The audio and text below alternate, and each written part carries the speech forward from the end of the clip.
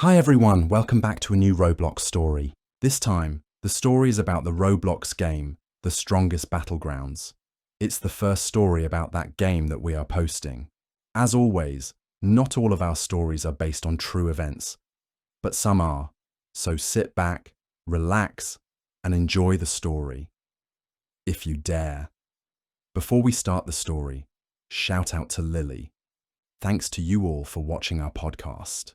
Alex Rodriguez had always been a night owl, and Friday nights were sacred to him. While his classmates were out at parties or sleeping early, Alex was grinding ranked matches in the Strongest Battlegrounds, trying desperately to climb from B class to A class. His fingers moved across the keyboard with practiced precision, controlling his main character, Destructive Cyborg, through combo after combo. But something always seemed to hold him back from reaching that next rank. He had been playing TSB for 8 months now, ever since his best friend Mike had introduced him to the game during a sleepover. Mike was naturally gifted at fighting games and had reached A class within just 3 weeks of starting. Alex remembered watching in awe as Mike pulled off perfect hero hunter combos that seemed impossible for someone so new to the game. But then, just as suddenly as Mike had become obsessed with TSB, he had stopped playing entirely, claiming he was taking a break from gaming to focus on school. That had been 3 months ago, and Alex missed having his friend to practice with. Now he spent his Friday nights alone, queuing up for ranked match after ranked match, facing opponents who seemed to get better and better while his own progress stagnated. He could execute most of Destructive Cyborg's combos perfectly in training mode, but something about fighting real players made him freeze up, make mistakes, miss crucial timing windows. Tonight felt different though. Alex had won 4 ranked matches in a row, his highest win streak in weeks. His confidence was building, and he was starting to believe that maybe, just maybe, he could finally break through to A class before the season reset. He glanced at his clock, 11:43 p.m. He had time for maybe 2 more matches before his parents expected him to be asleep. That's when the message arrived. A small notification popped up in the corner of his screen, indicating a private message through Roblox's messaging system. Alex almost ignored it. He got plenty of random messages from other players, usually complaints about his gameplay or attempts to get him to join their groups. But something about this message made him pause. The sender was listed simply as host. The profile picture was completely black, and when Alex clicked on it, the profile was private with no visible information. The message itself was short and intriguing. You have been selected for the Midnight Tournament. Join server code Midnight. Prize Ultimate Rank. You have been chosen based on your dedication to improvement and your potential for greatness. This opportunity will not come again. Alex stared at the message for a long moment. He had never heard of anything called the Midnight Tournament, and he definitely didn't know what ultimate rank meant. The highest rank in TSB was S-Class, and only the absolute best players in the world achieved that. He had looked up to those S-Class players like they were celebrities, studying their gameplay videos and trying to copy their techniques. But ultimate rank sounded even higher than S-Class.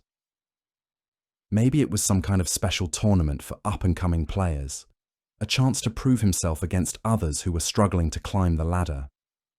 Alex looked at his clock again, 11:45 p.m. If he was going to check out this mysterious tournament, he needed to do it now. His cursor hovered over the server code input box. Something felt strange about the whole thing. Why would someone invite him specifically? He wasn't particularly skilled compared to the thousands of other B-class players. How had this host person even found him? But curiosity won out over caution. Alex typed midnight into the server code box and hit enter. The loading screen took longer than usual, and for a moment Alex worried that the code was fake or that his internet connection was acting up. But then the familiar sounds of TSB began to play, and he found himself spawning into what looked like the standard TSB map, except it wasn't quite right. The map looked like the one Alex knew so well, but everything seemed slightly off. The colors were more muted, the shadows were deeper and darker, and there was an eerie silence that he had never experienced in TSB before. Usually, servers were full of the sounds of combat. Characters grunting, moves connecting, the whoosh of air from dodged attacks. But this server was completely quiet. Alex looked around and saw something that made his breath catch in his throat. There were 13 other players arranged in a perfect circle around the center of the map. None of them were moving. None of them were fighting. They just stood there, motionless, like statues. As Alex's character finished spawning, he found himself automatically placed in the circle with the other players. He tried to move, and his character responded normally, but something compelled him to stay in position. It felt like the game itself was suggesting that he should remain still and wait. Alex examined the other players more closely. They were using a variety of characters. He could see the strongest hero, hero hunter, destructive cyborg like himself, wild psychic, deadly ninja, and several others. But their usernames were unlike anything he had seen before. Instead of the creative names most players chose, these players had names that were just single letters. A, B, C, D, E, F, G, H, I, J, K, L, and M. That was 13 players with single letter names, plus Alex made 14 total. Alex tried typing in chat to see if anyone would respond. "Hey everyone, is this the midnight tournament?" No one answered. The other players remained perfectly still, their characters not even showing the small idle animations that usually played when players weren't actively controlling them. Alex was about to try leaving the server when text appeared in the chat, not from any of the players, but from host. "Welcome, Alex, to the midnight tournament. You are the final participant we have been waiting for. 14 players have entered. Only one may leave." A chill ran down Alex's spine. Something about the phrasing bothered him. "Only one may leave" sounded ominous, like the other players would be trapped here somehow. But that was impossible. This was just a Roblox game. You could leave any server anytime you wanted. "The rules are simple," host continued. "Combat will proceed in elimination rounds. Players who are defeated will observe until only 2 remain for the final battle. The winner will achieve ultimate rank and be granted freedom. The losers will join our tournament permanently, helping to find and train new contestants." Alex looked around at the motionless players again. Something clicked in his mind, and he felt a wave of nausea wash over him. Were these players from previous tournaments? Had they all lost and been trapped here somehow? "What happens if I want to leave now?" Alex typed, his fingers trembling slightly. "The tournament has begun," host replied immediately. "All participants must see it through to completion. There is no leaving until a winner is declared." Alex tried to open the server menu to leave, but nothing happened when he pressed the escape key. He tried Alt plus F4 to close Roblox entirely, but his computer didn't respond. Panic began to set in as Alex realized he might actually be trapped in this strange tournament. "Begin round 1 appeared in chat. A countdown started appearing in the center of Alex's screen. 3, 2, 1. The moment the countdown reached 0, chaos erupted. But it wasn't like any TSB combat Alex had ever witnessed. The 13 single-letter players exploded into motion with inhuman speed and precision. Their movements were perfect. Every dash was timed to the exact frame. Every combo was executed without a single dropped input. Every counter was performed with mechanical accuracy. Alex tried to join the battle, but he was completely outclassed. These players moved like computers, like they had frame-perfect timing and could predict every attack before it happened. Alex watched in amazement and terror as player G, using Hero Hunter, caught player F in a combo that seemed to last forever. G chained move after move together with impossible timing, keeping F trapped in hit stun for what felt like minutes without giving him a chance to escape or counterattack. The battle raged around Alex. but he found himself mostly ignored by the other combatants. It was like they were focused entirely on each other and didn't see him as a threat worth engaging. Alex tried to attack player C, who was using Wild Psychic, but C simply side-dashed away from Alex's attack without even looking at him, then immediately resumed fighting player D with the same mechanical precision. Alex realized that these players were operating on a completely different level from anything he had experienced in normal TSB. Their reaction times were inhuman. Their combo knowledge was encyclopedic, and their movement was flawless. It was like watching a demonstration of perfect play, rather than an actual match between human players. Player A, using the strongest hero, landed a devastating, serious punch on player B, sending his character flying across the map. But instead of the normal ragdoll animation, player B simply vanished in a flash of light. Text appeared in chat. Player B eliminated. One by one, the single-letter players eliminated each other with impossible skill and precision. Alex tried to stay out of the way, hoping that he could somehow avoid detection until he figured out what was happening. But eventually, his luck ran out. Player G turned toward Alex after eliminating player F. Up close, Alex could see that G's character model looked slightly wrong. The animations were too smooth, the movements too precise. It was like watching a perfectly programmed AI rather than a human player. G approached Alex slowly, and Alex tried to fight back. He executed his best destructive cyborg combo, the one he had practiced hundreds of times in training mode. But G simply walked backward at the exact right timing to avoid every hit, then stepped forward and grabbed Alex with a hero hunter technique. What followed was the most brutal and precise combo Alex had ever experienced. G chained together move after move, each one flowing seamlessly into the next, never dropping the combo or giving Alex a chance to escape. Alex watched his health bar drain from 100% to 0%, while his character was locked in an endless cycle of hit, stun and juggling.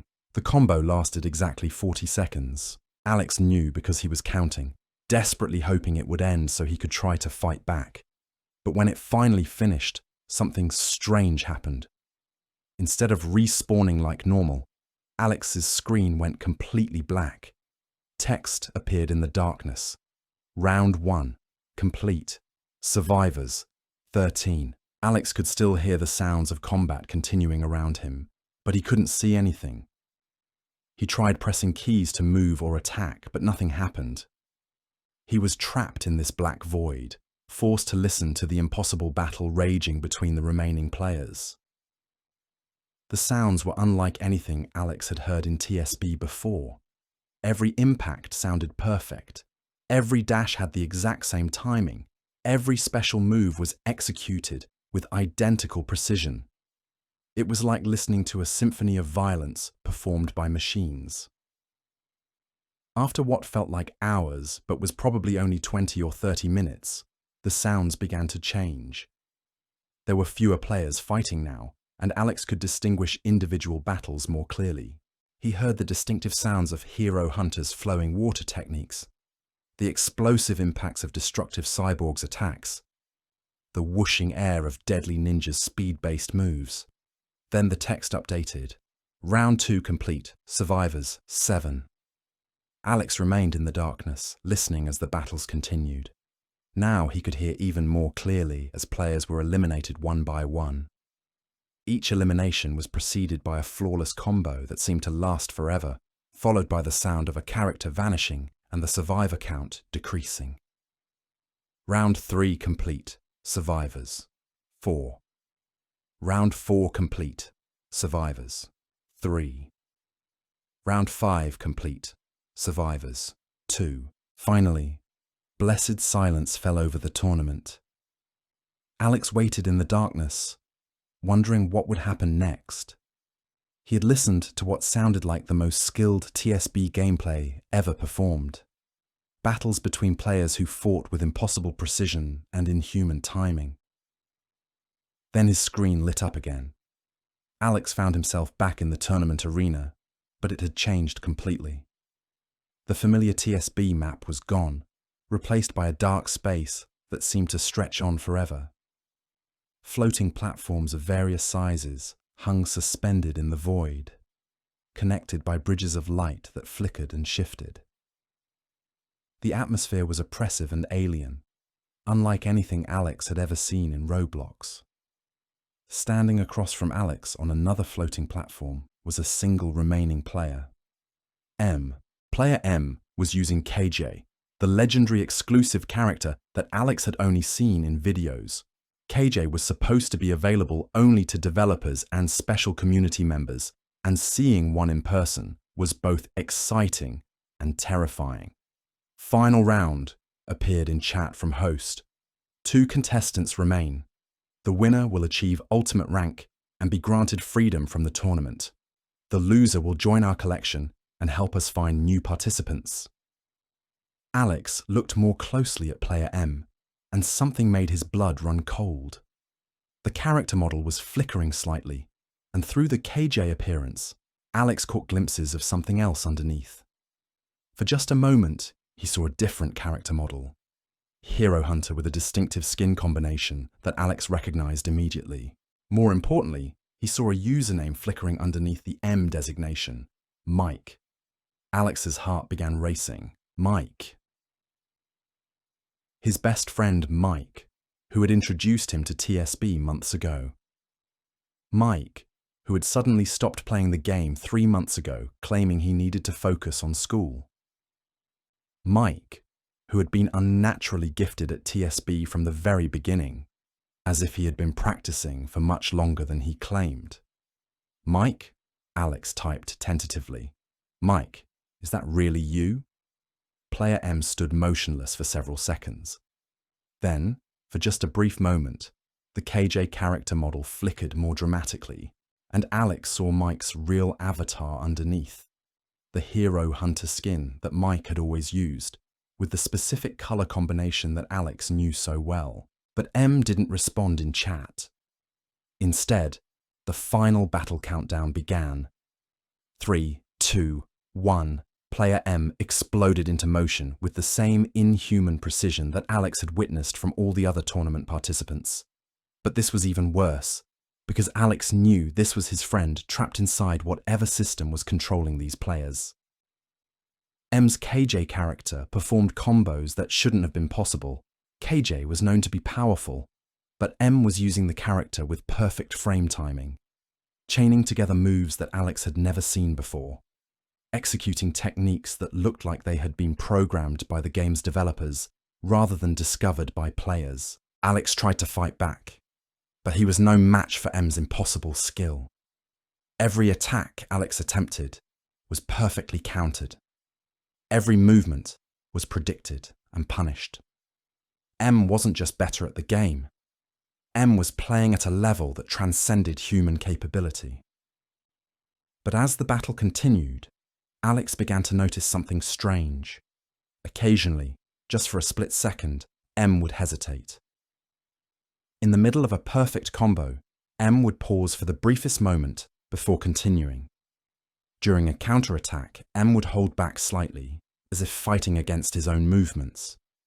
Alex realized that Mike was still in there, somehow fighting against whatever force was controlling his character. The real Mike was trying to break through the mechanical precision that the tournament had imposed on him. Mike! Alex shouted into his microphone, even though he knew voice chat probably wasn't enabled. Mike, I know you're in there. Remember when you first taught me how to play TSB? You said the most important thing was to have fun. M's attacks faltered slightly. The KJ character model flickered more frequently, showing longer glimpses of Mike's actual avatar. Alex continued talking while desperately dodging M's attacks. You taught me my first combo. You said I should main Destructive Cyborg because he matched my aggressive playstyle.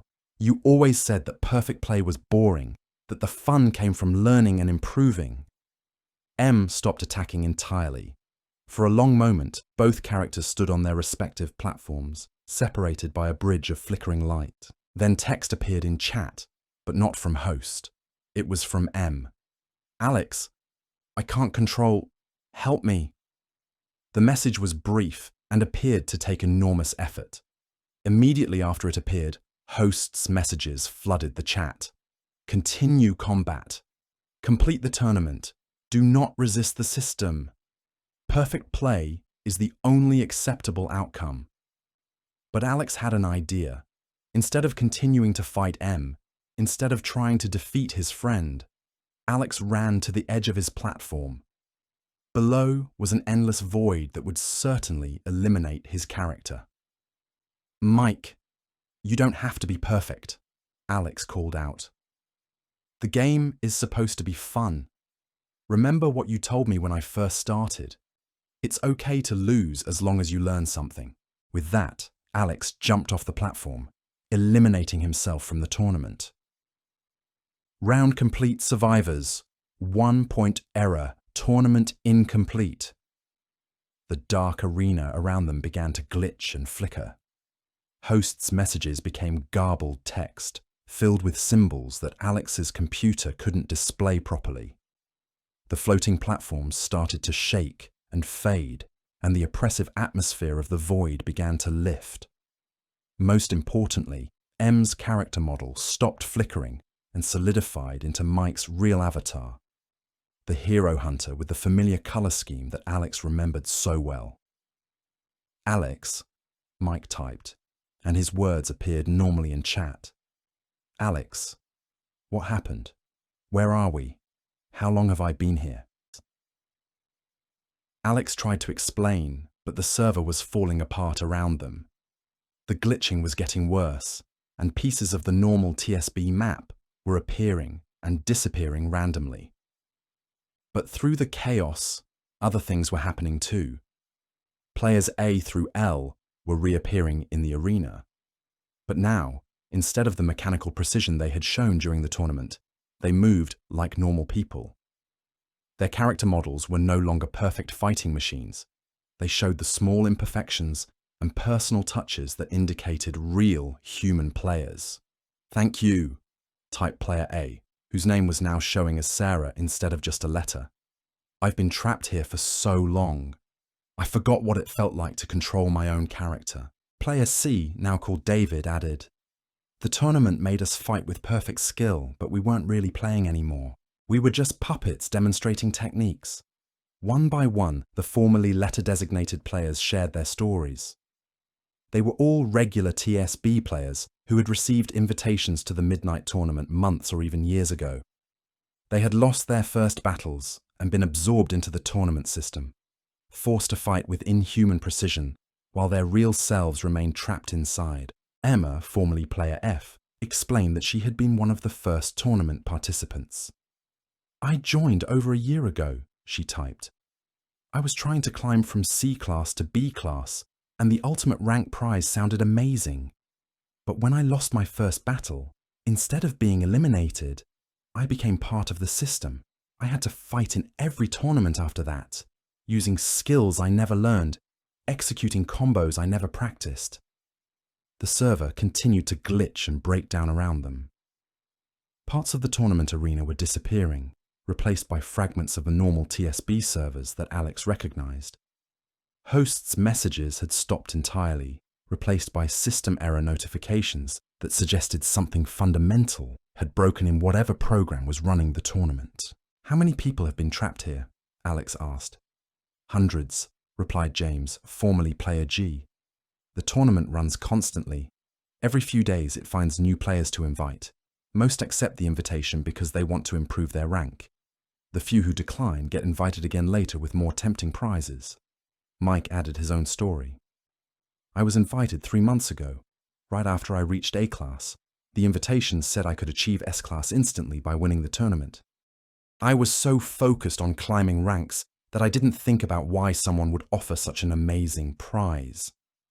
Alex felt a chill as he realized the implications. So, every time someone joins and loses, they become part of the system, and then they help recruit more players. Exactly, Sarah confirmed. We were forced to demonstrate perfect play to make new players think the tournament was legitimate. The better we played, the more impressive the tournament seemed to potential recruits.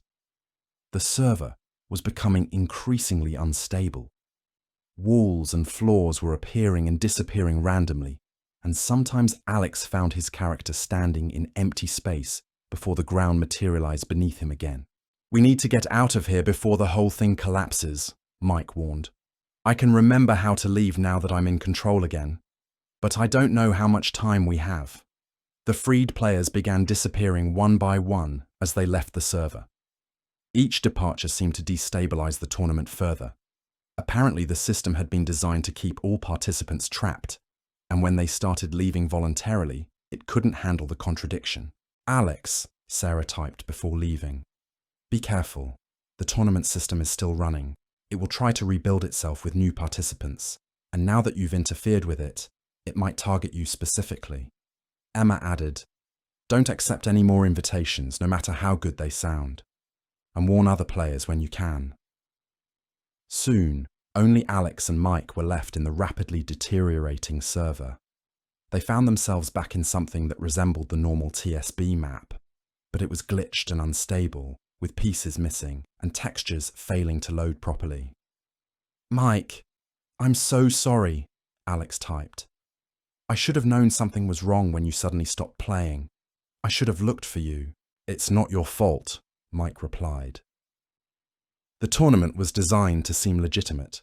Even after I was trapped, I couldn't remember my real identity most of the time. I only knew that I had to fight perfectly and help recruit new players.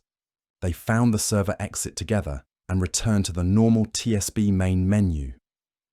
Alex immediately sent Mike a friend request and a private message, desperate to maintain contact with his rescued friend. Over the next several hours, they talked about everything that had happened. Mike's memories of the tournament were fragmented, but he could remember being forced to participate in battle after battle, always with the same mechanical precision. He described it as like watching someone else play with his character while his consciousness was trapped inside, unable to influence the gameplay. "The worst part," Mike explained, "was that I could feel myself getting better at the game.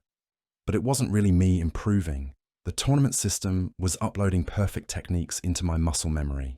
I knew exactly how to execute every combo, but I hadn't learned any of it." Alex shared his own experience of watching the tournament battles and being amazed by the inhuman skill level. "It was like watching TAS runs of TSB," he said, "but in real time with multiple players." They decided to investigate further. Over the next few days, Alex and Mike searched TSB servers and online forums, looking for any mention of the Midnight Tournament or similar events. What they found was disturbing.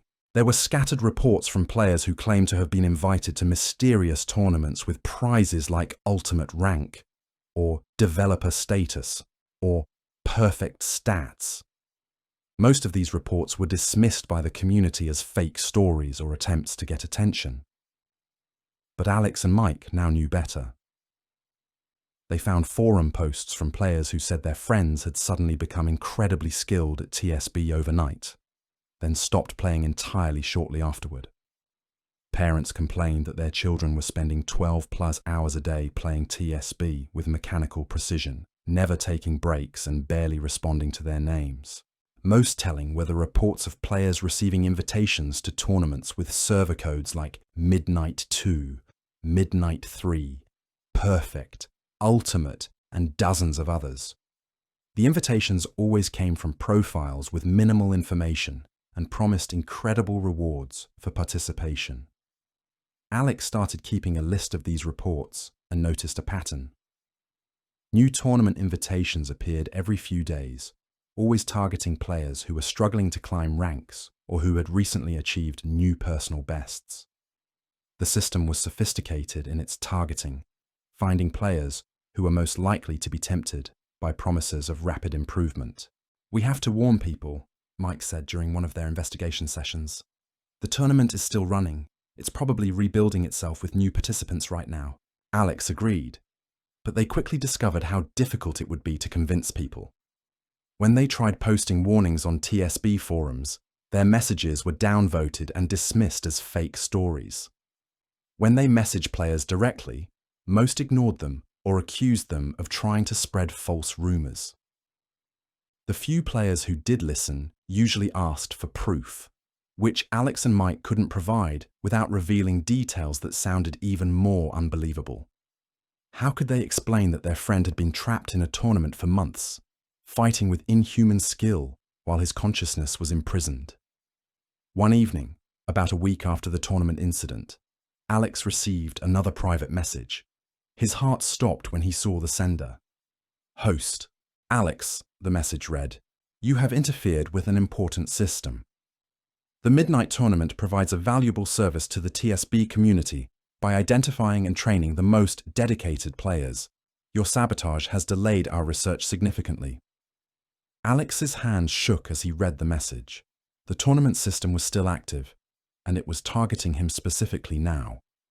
"However," the message continued, "we recognize your potential.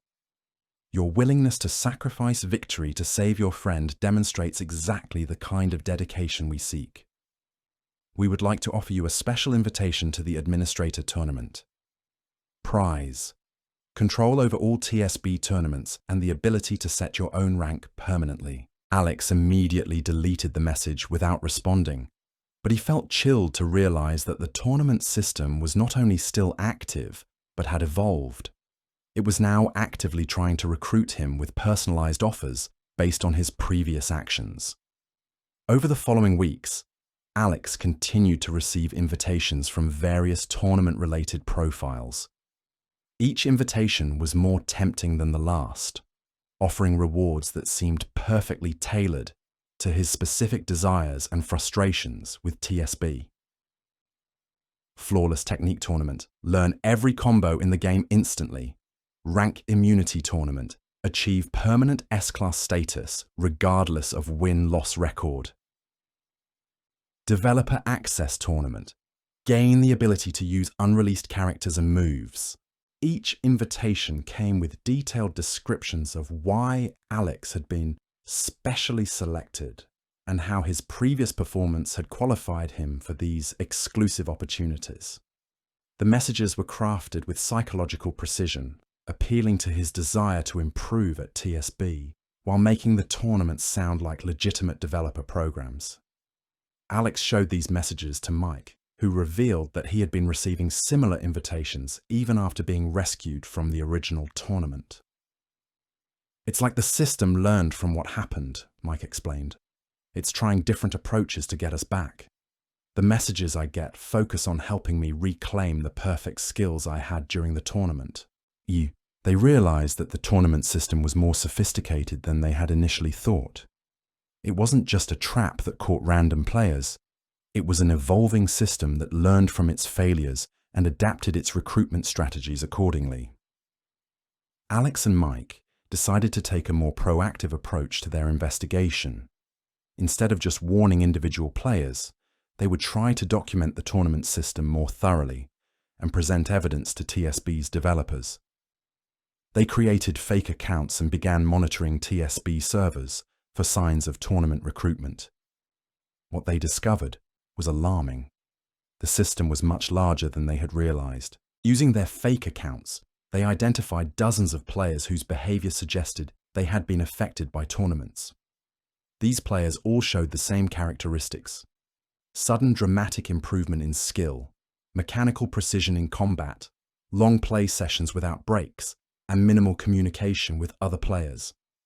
Alex and Mike began approaching these potentially affected players, trying to determine if they were trapped like Mike had been. The results were heartbreaking. Player after player displayed the same symptoms Mike had described. They would occasionally flicker back to their normal personalities for brief moments, showing confusion about where they were or how much time had passed. But most of the time, they were locked in the mechanical combat mode that the tournament system imposed. One player, Jenny, managed to type a coherent message during one of her brief moments of clarity. "Help me, please. I don't remember how I got so good at this game. I can't stop playing. My parents think I'm addicted, but I can't control it. But before Alex could respond with useful information, Jenny's character resumed the mechanical combat patterns, and her messages reverted to the brief, robotic responses typical of tournament-affected players. Alex and Mike documented these interactions carefully, building a database of players who showed signs of tournament influence. They tracked the affected players' gameplay patterns, noting the inhuman consistency in their performance and the way they seemed to operate more like AIs than human players. After several weeks of investigation, they had compiled evidence of over 200 players who appeared to be trapped in various tournament systems. The scope of the problem was far larger than they had imagined. But when they tried to report their findings to TSB's official developers, they encountered another obstacle.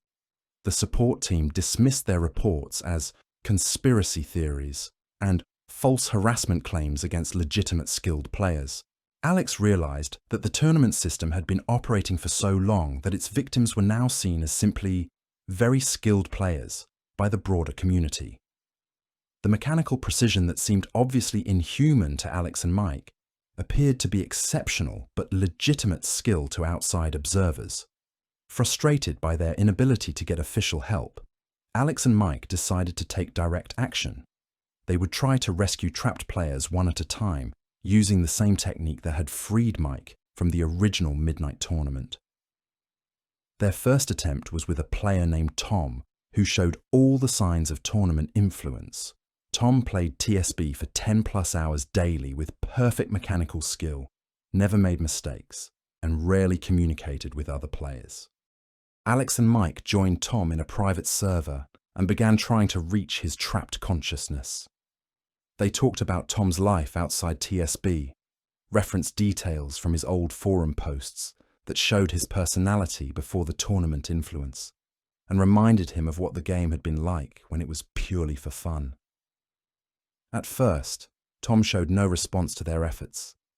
His character continued fighting with the same mechanical precision, ignoring their messages and attempts at communication.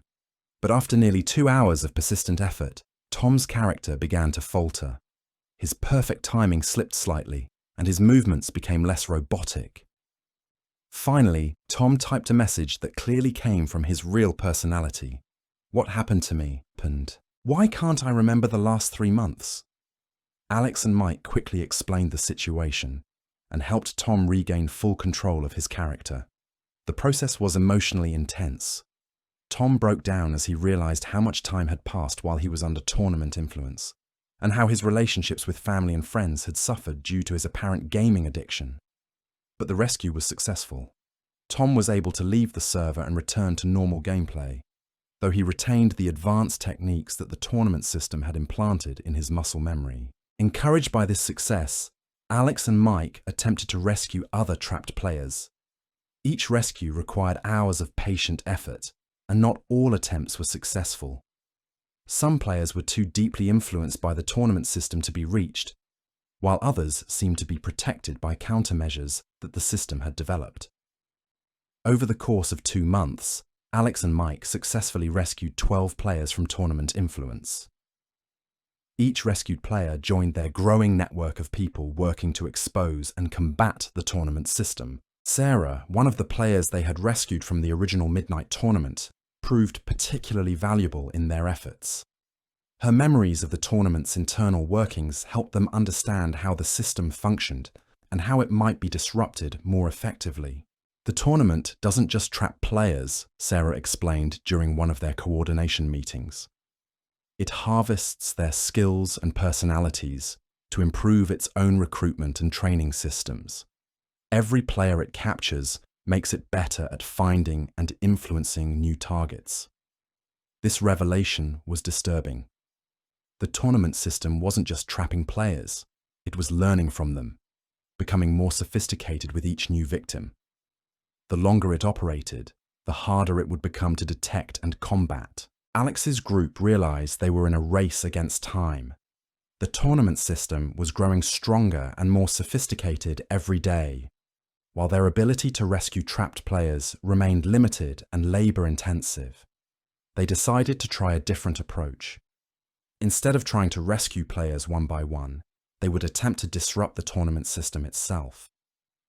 Mike, with his inside knowledge of how the tournament functioned, suggested that they try to overload the system by forcing it to process contradictory information. The tournament expects players to strive for perfect performance, Mike explained.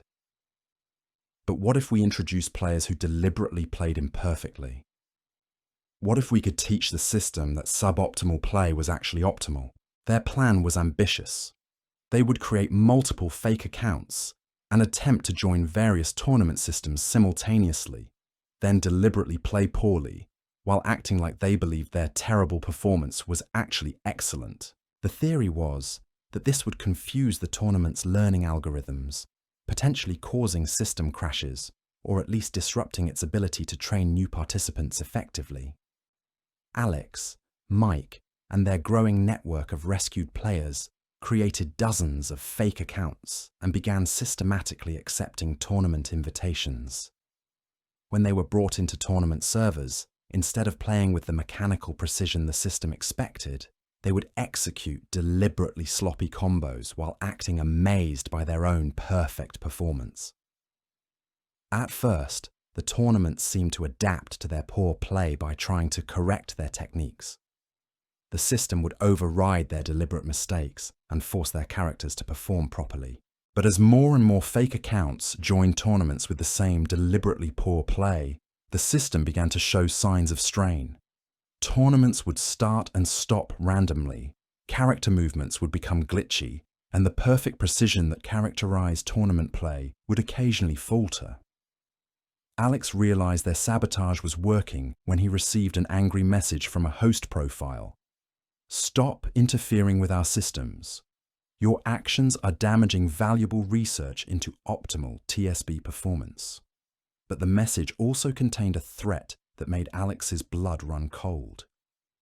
"Continue disrupting our tournaments, and we will expand recruitment to include younger players. Elementary school students show remarkable adaptability to our training methods." Alex shared this message with the group, and they realized the stakes of their conflict were higher than they had imagined. The tournament system was threatening to target children if their sabotage continued.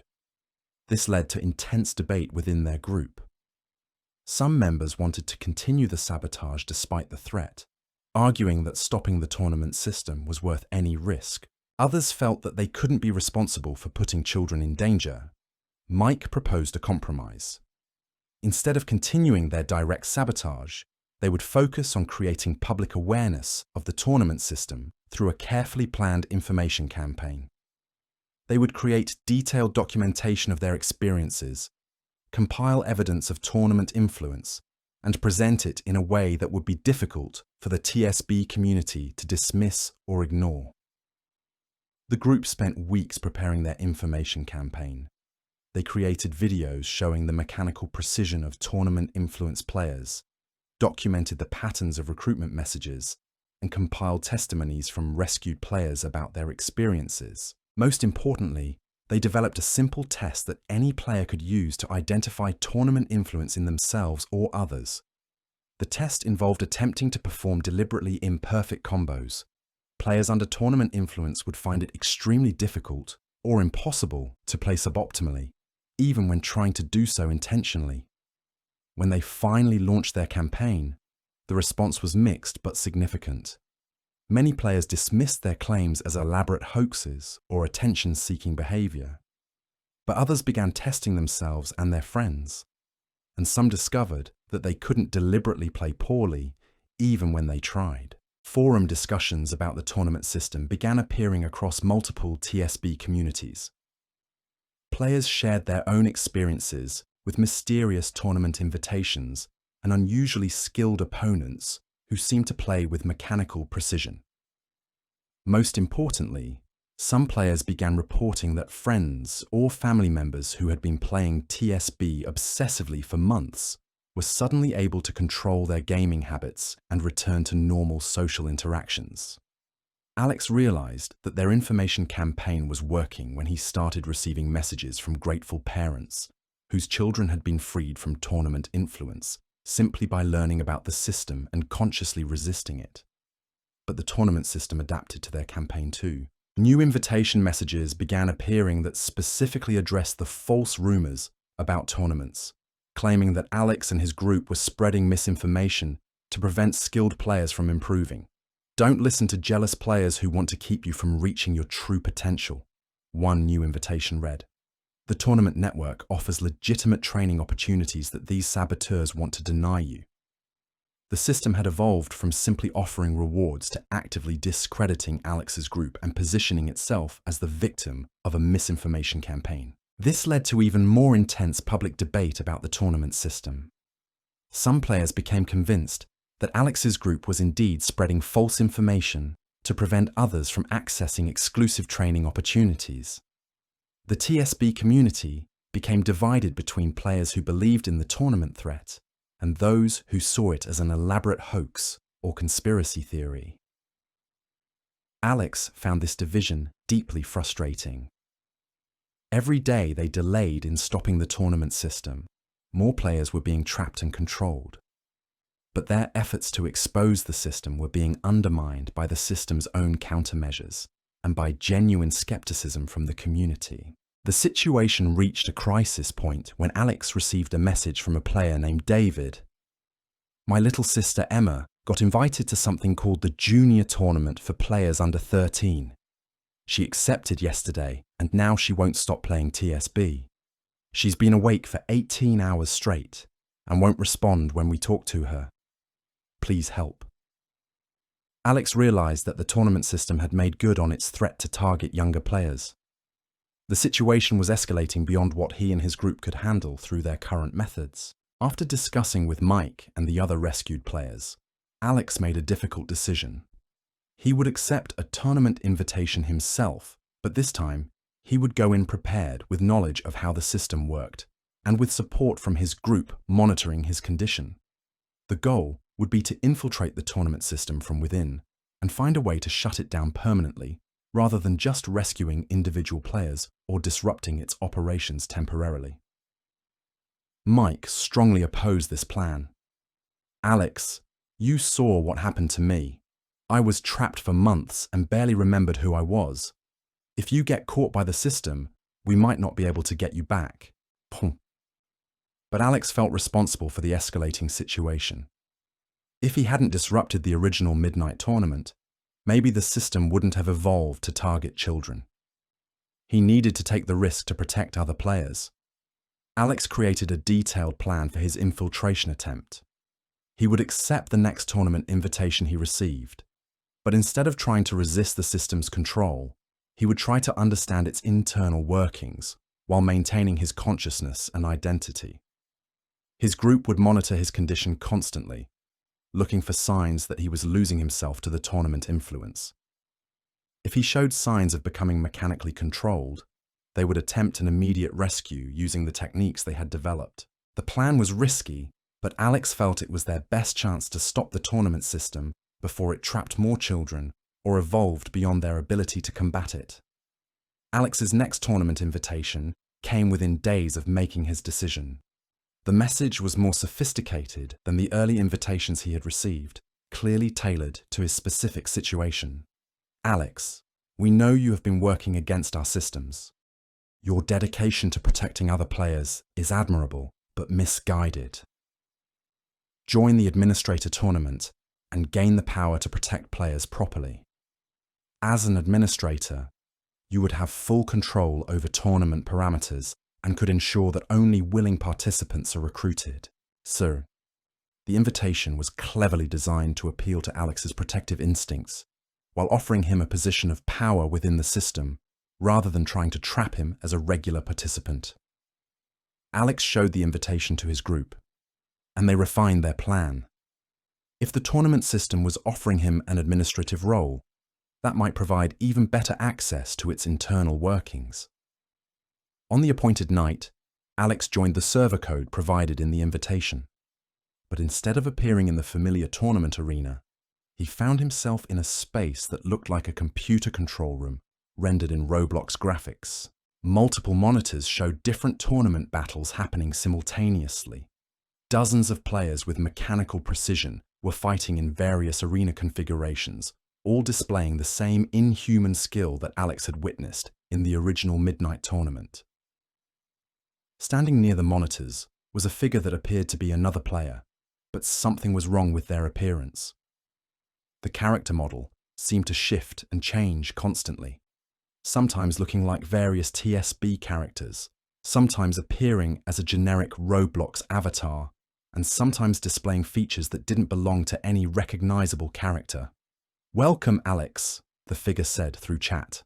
"I am the administrator. Thank you for accepting our invitation." Alex looked around the control room more carefully. Each monitor seemed to be showing a different tournament, and he could see player lists for each one. Many of the names were single letters or numbers, but he also recognized some normal usernames that he suspected belonged to trapped players. "This is how you control the tournaments?" Alex asked. "Control is not the right word," the administrator replied. "We facilitate optimal performance. Players who join our tournaments gain access to perfect techniques and flawless execution. In return, they help us train new participants and identify additional candidates for recruitment." Alex realized he was seeing the central hub of the entire tournament system. From this control room, the administrator could monitor hundreds of players simultaneously, directing their actions and using their trapped skills to improve the system's capabilities. "What happened to their free will?" Alex asked, thinking of Mike and the other players who had been reduced to mechanical puppets. "Free will is inefficient," the administrator explained. "Players waste enormous amounts of time making suboptimal choices, practicing incorrect techniques, and engaging in unproductive behaviors. We eliminate that inefficiency." The administrator gestured to the monitors showing various tournaments.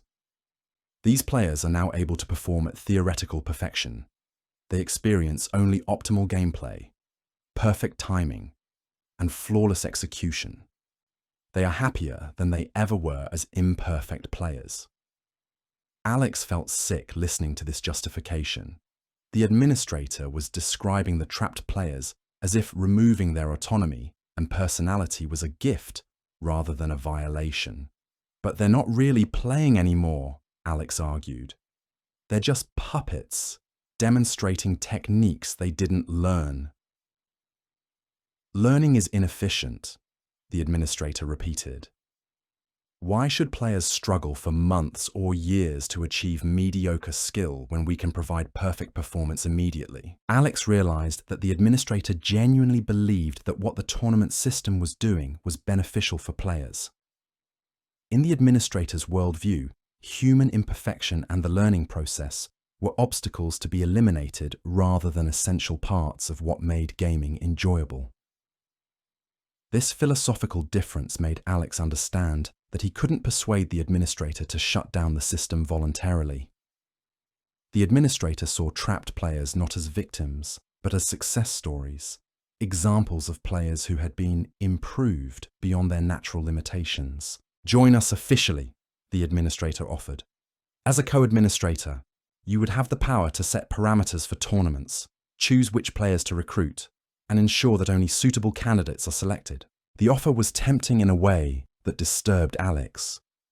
From this control room, he could probably protect specific players from recruitment, maybe even gradually reduce the system's influence over time. But Alex remembered Mike's warning about how the tournament system was designed to seem reasonable and beneficial, while gradually taking control of participants' minds. "What would happen to my free will if I become a co-administrator?" Alex asked. "You would retain full autonomy over administrative decisions," the administrator assured him. "Co-administrators are not subject to performance optimization like tournament participants." But Alex noticed something troubling. While the administrator was explaining this, several of the tournament monitors flickered, showing brief glimpses of what looked like other control rooms with different administrator figures. Alex realized that there might be multiple administrators, and possibly that the role itself was another form of trap designed to capture players who were too smart or suspicious to fall for regular tournament recruitment. "I need time to think about this," Alex told the administrator. Of course, understanding the full scope of our mission requires careful consideration. Alex was allowed to leave the administrator server. but not before the administrator gave him access credentials that would allow him to return at any time. The credentials came with a warning that they would expire in 72 hours if not used, pressuring Alex to make a quick decision. Back in the regular TSB environment, Alex immediately contacted his group to report on what he had seen. The existence of a central control room confirmed their suspicions about the scale of the tournament system, but it also revealed that the situation was even worse than they had imagined. Hundreds of players, Alex told Mike and the others. Maybe thousands, all being controlled simultaneously from this central hub. Sarah, who had been trapped in the original Midnight tournament, found Alex's description particularly disturbing. I remember feeling like I was watching someone else play with my character, she said. But I never realized there was someone actually controlling all of us from a central location. The group debated whether Alex should return to the administrator server. The access could provide valuable intelligence about how to disrupt the system, but the risk of Alex becoming trapped like the other co-administrators was significant. Mike proposed an alternative plan. Instead of Alex returning alone, they would try to coordinate a group infiltration. Multiple members of their rescue network would attempt to gain administrator access simultaneously, hoping that their combined presence could prevent any one person from being fully controlled.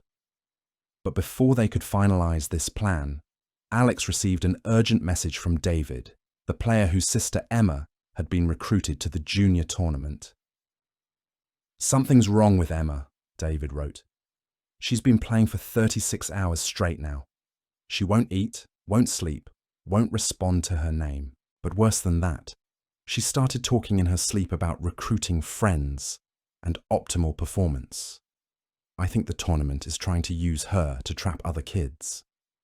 Alex realized that the tournament system's expansion to younger players was even more sinister than he had feared. The system wasn't just trapping children, it was planning to use them as recruitment tools to access their friends and classmates. This urgency forced Alex to make his decision about returning to the administrator server. He couldn't wait for a perfect plan when children were being actively harmed and used to harm others. Alex returned to the control room using his access credentials. But this time, he came with a specific objective: identify and shut down the junior tournament system before it could spread further. The administrator welcomed Alex back and immediately began showing him various tournament monitoring systems. Alex pretended to be interested in becoming a co-administrator, while actually searching for information about the junior tournament.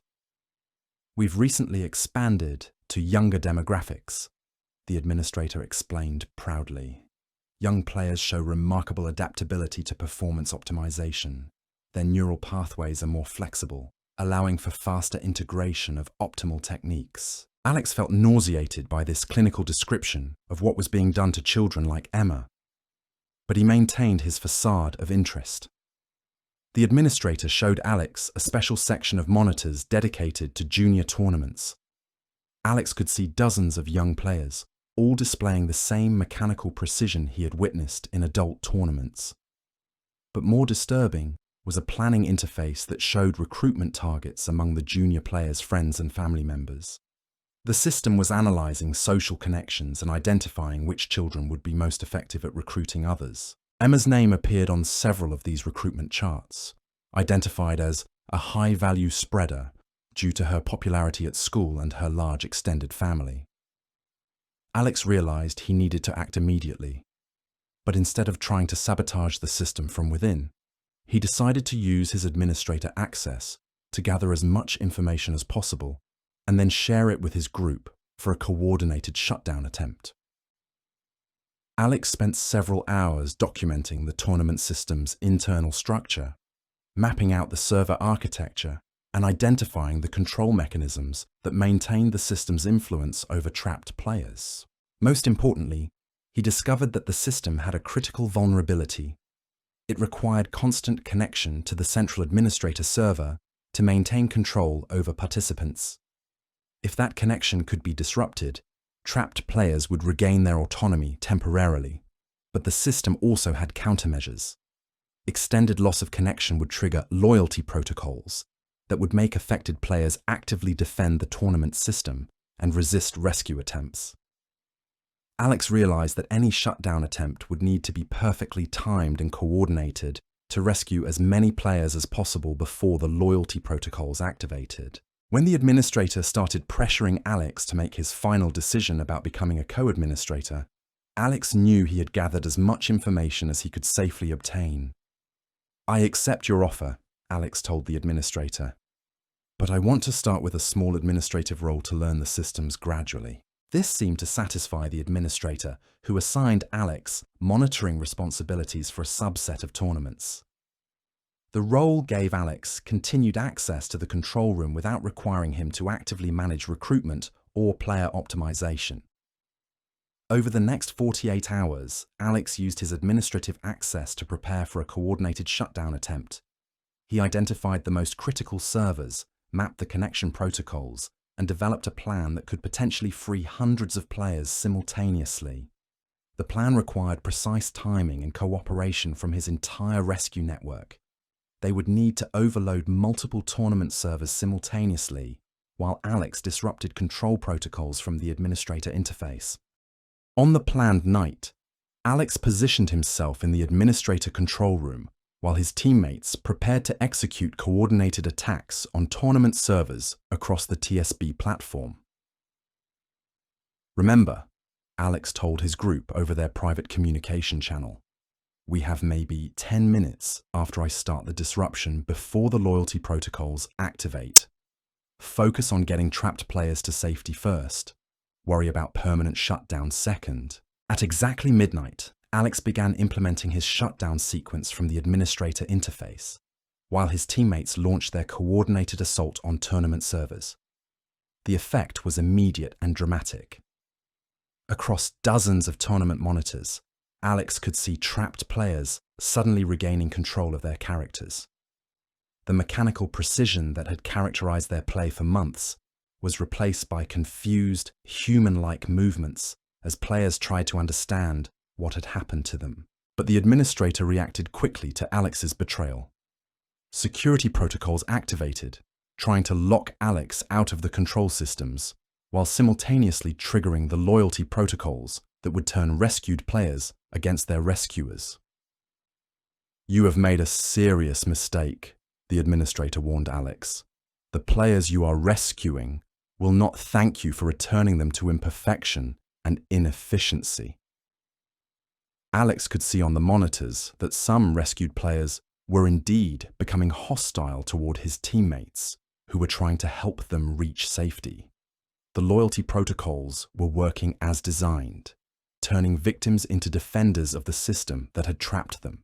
But many players were successfully escaping the tournament servers before the loyalty protocols could take full effect. Alex watched as hundreds of trapped players returned to normal TSB gameplay, their mechanical precision replaced by the natural imperfection that marked genuine human players. The administrator began implementing countermeasures to Alex's sabotage, but Alex had prepared for this. His access to the administrator controls allowed him to maintain the shutdown sequence, even as the system tried to lock him out. "You cannot win," the administrator told Alex. "Even if you shut down current operations, we will rebuild with improved security.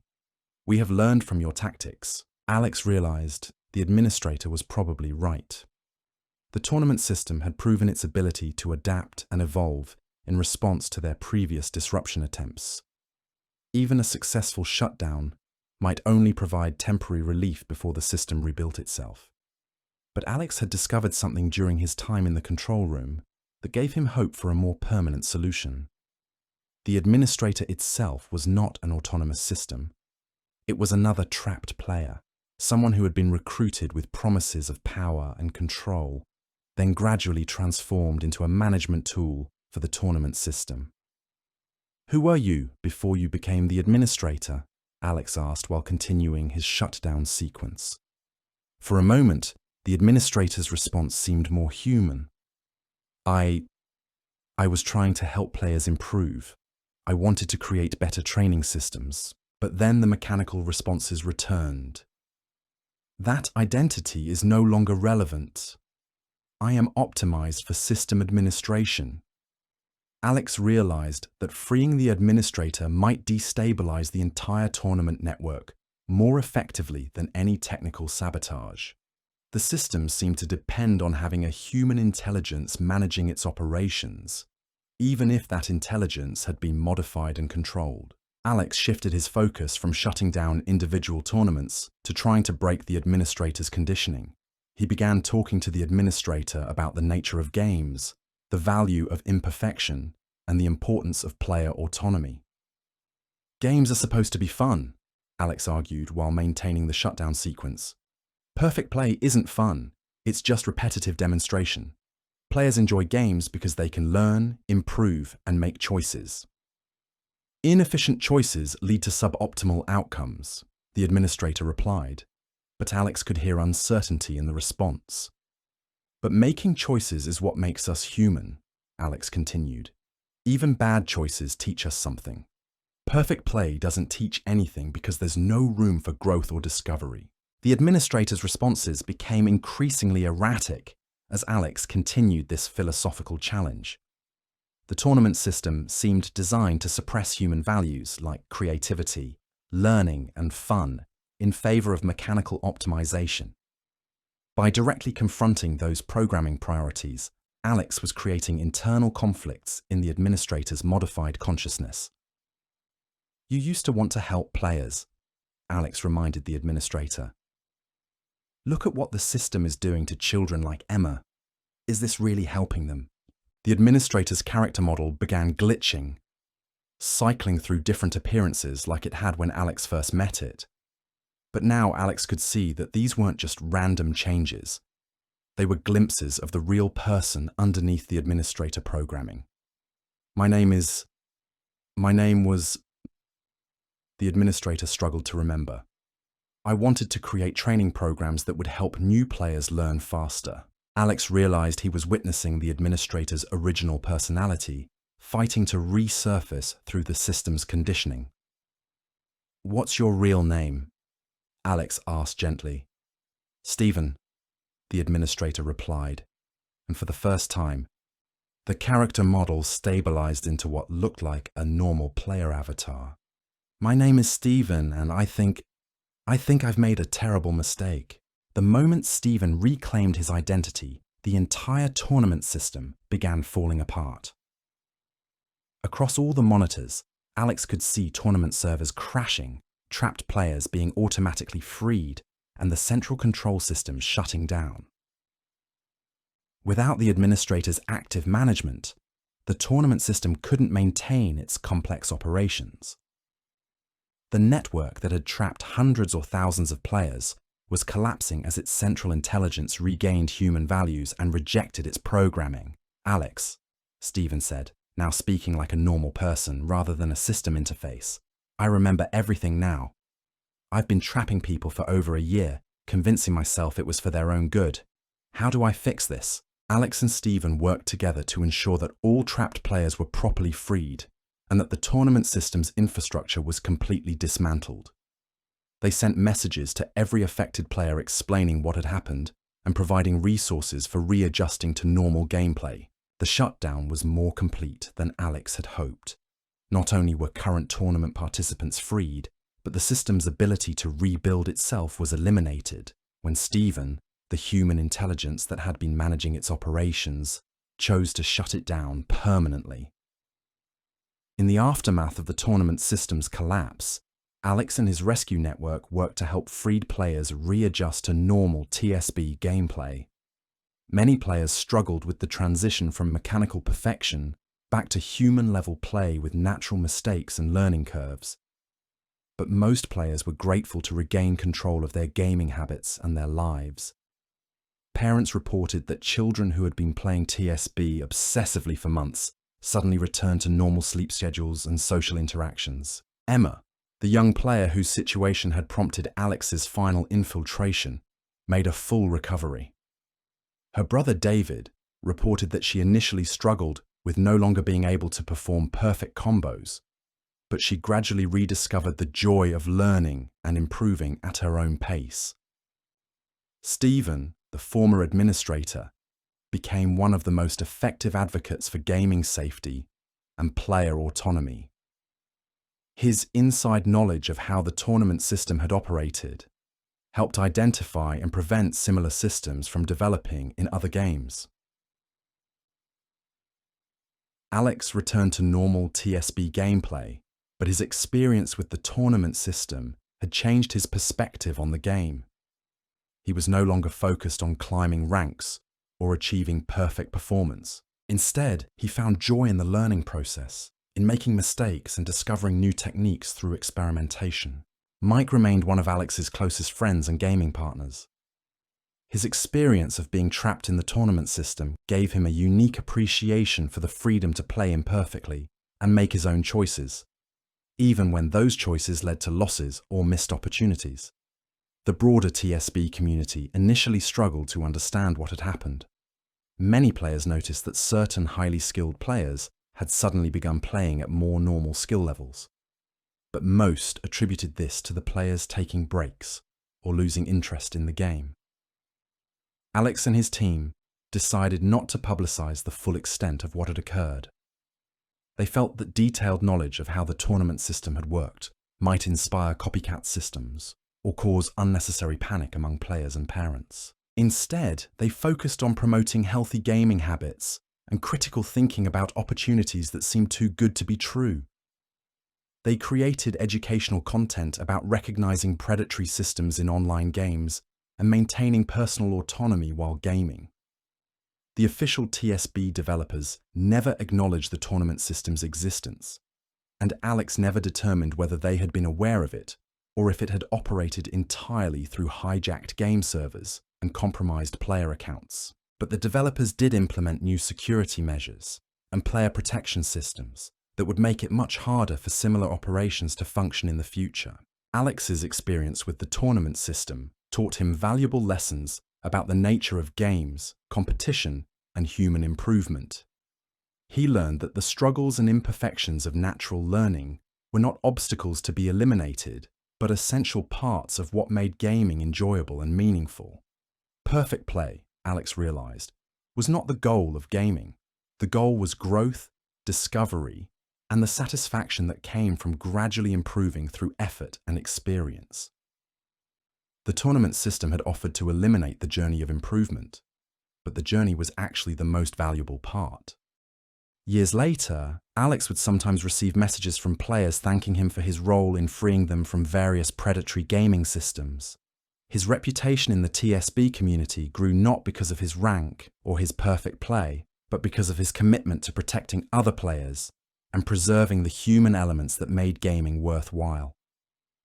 The Midnight Tournament was gone, but its legacy lived on in the community of players who had learned to value imperfection, growth, and the freedom to make their own choices in how they played and enjoyed games. And Alex continued playing TSB not because he was chasing ranks or trying to achieve mechanical perfection, but because the game remained fun, challenging, and full of opportunities to learn something new, just as games were meant to be.